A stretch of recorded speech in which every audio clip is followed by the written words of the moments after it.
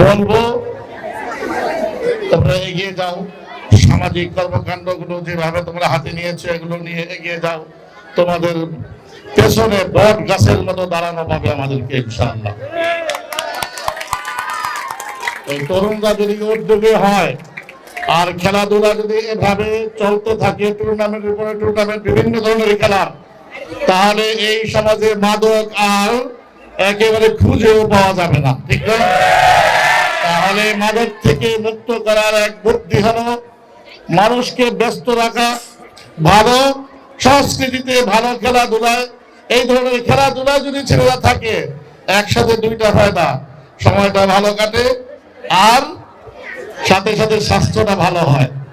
স্বাস্থ্য তরুণ মানেই স্বাস্থ্য যুবক, স্বাস্থ্য মানুষ মানেই স্বাস্থ্য সমাজ, স্বাস্থ্য দেশ, স্বাস্থ্য জাতি। স্বাস্থ্যবান জাতি, স্বাস্থ্যবান সমাজ যা করতে পারে তারা মাদকাসক্ত সমাজ তা করতে পারে না। অতএব রাসূল করিম সাল্লাল্লাহু আলাইহি ওয়াসাল্লাম যে হাদিসটা আমি পড়েছি, রাসূল বলেন যে শক্তিশালী মুমিন দুর্বল চেতা মুমিন চাইতে অনেক আল্লাহর কাছে প্রিয়। অতএব আমরা এখন থেকে চেষ্টা করব নিজেকে শক্তিশালী বানানোর। আমার বিশ্বাসে, আত্মবিশ্বাসে শক্তিশালী হব। আমরা আমার শরীরে শক্তি দিয়েও শক্তিশালী হব। দুর্বল ছেলে কাজ করতে পারে না, কিন্তু শক্তি থাকলে নিজের প্রোটেক্ট করা যায়, নিজের নিরাপত্তা নিশ্চিত করা যায়, সমাজের নিরাপত্তা নিশ্চিত করা যায়, নিজের পরিবারের নিরাপত্তা নিশ্চিত করা যায়। এজন্য আমরা ঘুরে ফিরে সেই কথাতেই আসবো, সুন্দর দেশ গড়তে হলে স্বাস্থ্যবান সুচিন্তাশীল মানুষ প্রয়োজন। আমাদের এই সমাজ আমরা ছোটকালে দেখেছি, আমার মনে হয় আরো ভালো ছিলাম, আমরা অনেক দূরে চলে এসেছি, অনেক পিছনে চলে এসেছি।